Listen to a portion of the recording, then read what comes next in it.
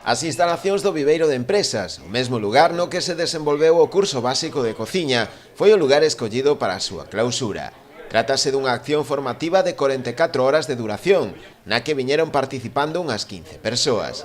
A iniciativa promovida polo Concello contou co financiamento da obra social de la Caixa.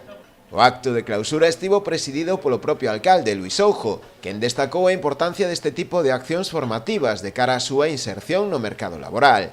Nun sector, ademais, segundo el, cunha elevada demanda no municipio e por extensión na comarca. Vamos a continuar con esta formación porque o máis importante para nós é que se poden, con este tipo de formación no Viveiro de Empresas e con a cociña que temos aquí pois moi ben montada, pois é a oportunidade que lle podemos dar para que esta xente poda entrar no mercado laboral. A máis que nós aquí no verán sempre padecemos, a hostelería non lo di, dese personal con preparación para poder atender da mellor forma posible os visitantes, xente que disfruta da nosa hostelería, do noso comercio, non?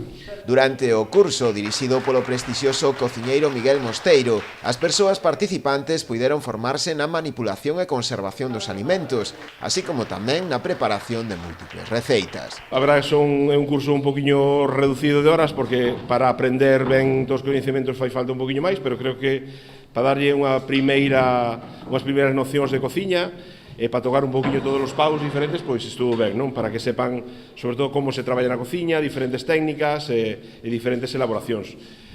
Bueno, a verdade é que tocamos moitos paus, tanto peixes, carnes, verduras, produto local, e un pouco de elaboracións máis sinxelas, sin irnos a receitas moi complicadas, porque realmente este é un curso de auxiliar, de xente que vaya axudar pois, un pouco nas labores de preparación dos alimentos, non a cociñar casi directamente as receitas, non? E como non podía ser doutro xeito, o acto de clausura rematou precisamente cunha degustación de varios pratos elaborados polo alumnado do curso.